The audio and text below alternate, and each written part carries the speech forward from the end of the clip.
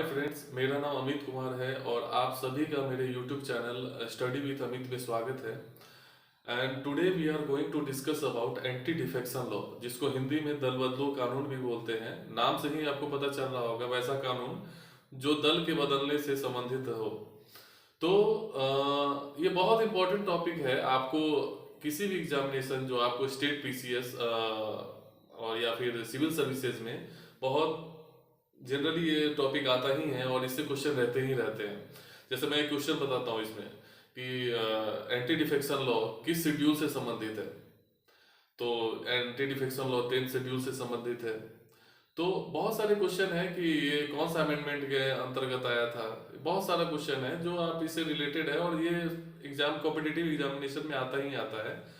तो मेरे साथ यूट्यूब इस पूरे वीडियो में बने रहिए और आज हम पूरे विस्तार से डिस्कस करेंगे कि आखिर में एंटी डिफेक्शन लॉ होता क्या है, काम कैसे करता है, इसकी प्रक्रिया क्या है, कौन इसको जारी कर सकता है, इसका सोल अथॉरिटी क्या है, क्या ये जुडिशियल रिव्यू के अंदर आता है या नहीं आता है। इन सभी के बारे में हम लोग पूरे विस्तार से डिस्कस करेंगे। आप सभी से निवेदन है कि इस वीडियो के अंत तक बने रहिए और इस वीडियो को लाइक, शेयर और सब्सक्राइब करना मत भूलिए, क्योंकि यही मुझे आगे बढ़ने की मोटिवेशन देता है। तो मेरे साथ बने रहिए इस यूट्यूब चैनल पे। हाल के दिनों में आपने एक न्यूज़ सुना होगा कि कांग्रेस के 12 एमएलए जो है वो अपने दल को छोड़ के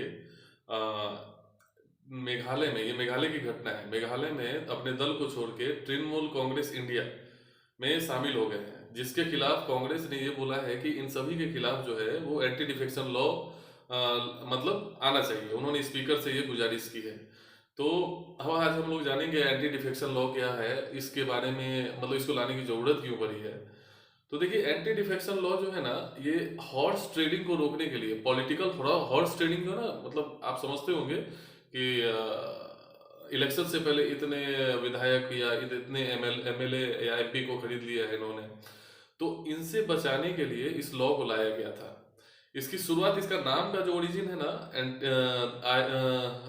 दल बदलू कानून कानून ये एक व्यक्ति के ऊपर आया था, गयाराम। गयाराम एक व्यक्ति थे जिन्होंने 1968 में एक ही दिन में 3 बार एक पार्टी से दूसरी पार्टी में जाके रिकॉर्ड बनाया था। इसलिए इस कानून का नाम जो है वो आया राम और गया राम भी पड़ा है। इस मतलब एक फ्रेज आया है जिसके अंतर्गत ये बोला गया है, आया राम और गया राम।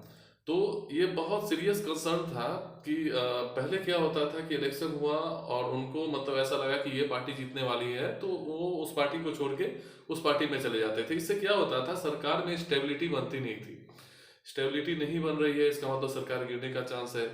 अब सरकार गिरने का चांस है तो इलेक्शन में इतना सारा खर्च हुआ है, जो जनता का पैसा है, वो इतने टैक्स मनी है, उसमें इतना खर्च हुआ है, इतने ऑफिसर्स को लगाया, इतने लोगों को लगाया गया है इलेक्शन में, तो सारा बर्बाद हो जाता था।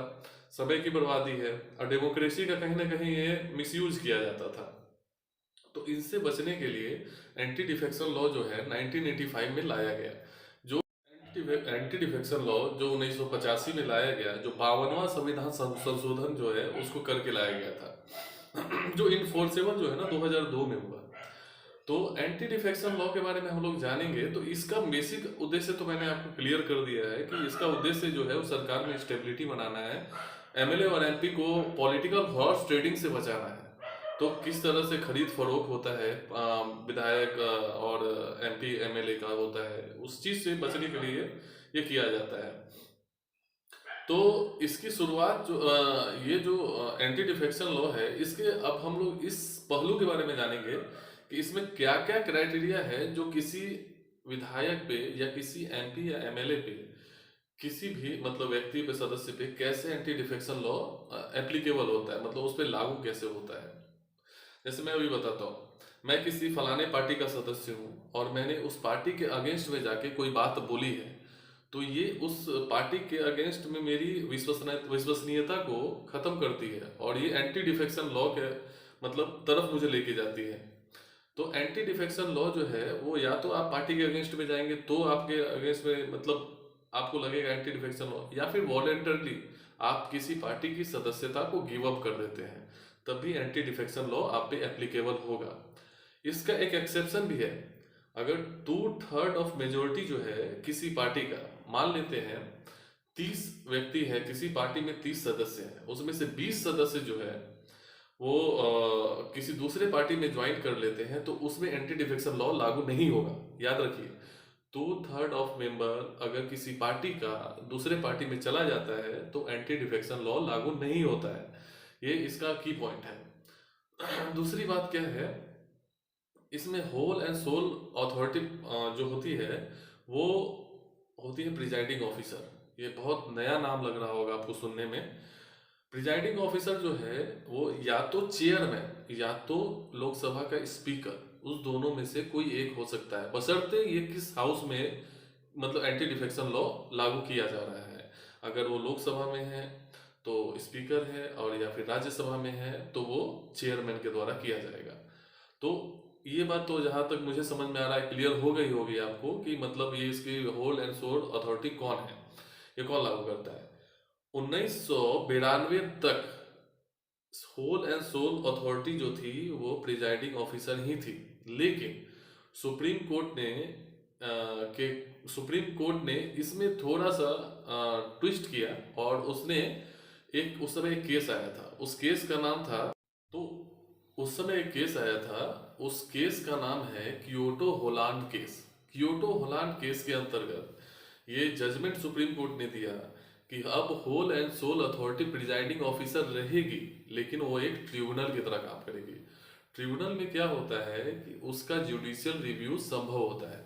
तो आपके मन में एक सवाल आ रहा होगा, इसका करने का कारण क्या है, जुडिशियल रिव्यू करने से क्या मतलब है। अगर होल एंड सोल जब प्रिजाइडिंग ऑफिसर हैं तो सुप्रीम कोर्ट को बीच में लाने की क्या जरूरत थी। तो इसका कारण ये है कि अगर प्रिजाइडिंग ऑफिसर जो होता है या तो लोकसभा या राज्यसभा का चेयरमैन होता है, राज्यसभा का चेयरमैन और लोकसभा का स्पीकर। अब लोकसभा का स्पीकर वो होता है जो मेजोरिटी में सरकार होती है। अब मेजोरिटी में जो सरकार है होगी तो वो कहीं ना कहीं बायस होगी सरकार के तरफ, मतलब जिस सरकार से है वो कहीं ना कहीं उसके साथ देगी, उसका साथ निभाएगी। तो कहीं ना कहीं ये बायसनेस का काम कर रही है। तो सुप्रीम कोर्ट को ऐसा लगा कि ये बायसनेस हो सकता है, इसलिए इस बायसनेस को दूर करने के लिए उन्होंने बोला कि इसका जुडिशियल रिव्यू होना चाहिए। तो जुडिशियल रिव्यू करने के लिए उन्होंने क्या किया कि उनको ट्रिब्यूनल की तरह ट्रीट करना बोला, कि आप ट्रिब्यूनल की तरह आप ट्रीट कीजिए और उसके बाद आपका जुडिशियल रिव्यू हो जाएगा। लेकिन इसमें एक बात ध्यान देने वाली बात यह है कि अंतिम फैसला प्रिजाइडिंग ऑफिसर का होगा, तभी जुडिशियल रिव्यू होगा उसका। अगर प्रिजाइडिंग ऑफिसर ने फैसला नहीं दिया तो उसका जुडिशियल रिव्यू संभव नहीं है। अगर प्रिजाइडिंग ऑफिसर ने फैसला अपने पास रखा, और प्रिजाइडिंग ऑफिसर का कोई टाइम लिमिट नहीं है कि वो फैसला कब देगी, वो अपने पास रख सकती है, कोई टाइम फ्रेम नहीं है उसका।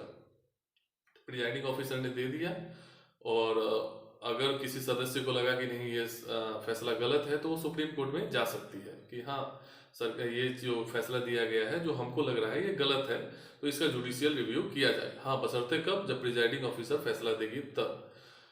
तो मोटा मोटी बात यह है कि इसमें एंटी डिफेक्शन लॉ में हम लोगों ने देखा कि कैसे एंटी डिफेक्शन लॉ काम करता है, और किसमें इसमें की फैक्ट्स क्या है, कैसे एंटी डिफेक्शन लॉ लागू होता है किसी के ऊपर।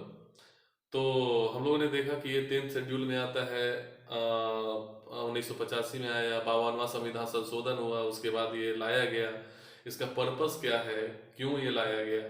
तो इन सब चीज़ों के बारे में हम लोगों ने देखा और अच्छे से जाना। मुझे उम्मीद है कि आप लोगों को बहुत मेरी बातों को आप लोगों ने समझा होगा, और कहीं ना कहीं आपको ये एग्जामिनेशन में मदद करेगा, क्योंकि मैंने बहुत साधारण तरीके से आपको समझाने की कोशिश की है। उम्मीद है कि आपको ये एग्जाम में हेल्प करेगी। मेरे बहुत सारे वीडियो में अगर आप लोग लाइक शेयर और सब्सक्राइब करेंगे तो मैं लाइक शेयर और सब्सक्राइब करेंगे, सॉरी मैंने गलती बोल दिया।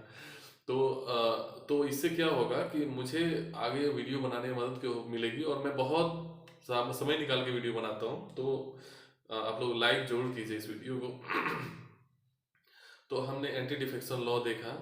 मेरे हिसाब से एंटी डिफेक्शन लॉ जो है इसमें देखिए एक दो चीज है जो मेरे हिसाब से दूर होनी चाहिए। इसका मिसयूज भी हो रहा है।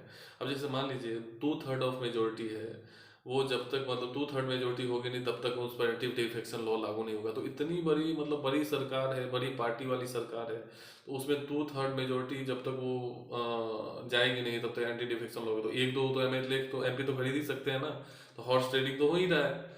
तो मेरे हिसाब से थोड़ा कानून को सख्त बनाना चाहिए। और दूसरी बात क्या है, प्रिजाइडिंग ऑफिसर हमेशा जब रूलिंग पार्टी का है तो बायसनेस थोड़ा होगा। अच्छा किया सुप्रीम कोर्ट ने इसमें इंटरवेन किया और उन्होंने अपने जुडिशियल रिव्यू में इसको शामिल कर लिया। तो दोस्तों यही था anti defection law. I hope आप लोगों को सबको समझ में आया होगा। उम्मीद है कि एंटी डिफेक्शन लॉ को मैंने बहुत सरल भाषा में समझाने की कोशिश की है। प्लीज़ इस वीडियो को शेयर कीजिए, सब्सक्राइब कीजिए, लाइक कीजिए और मुझे इसी तरह मोटिवेट करते रहिए और प्यार देते रहिए। Thank you very much. जय हिंद।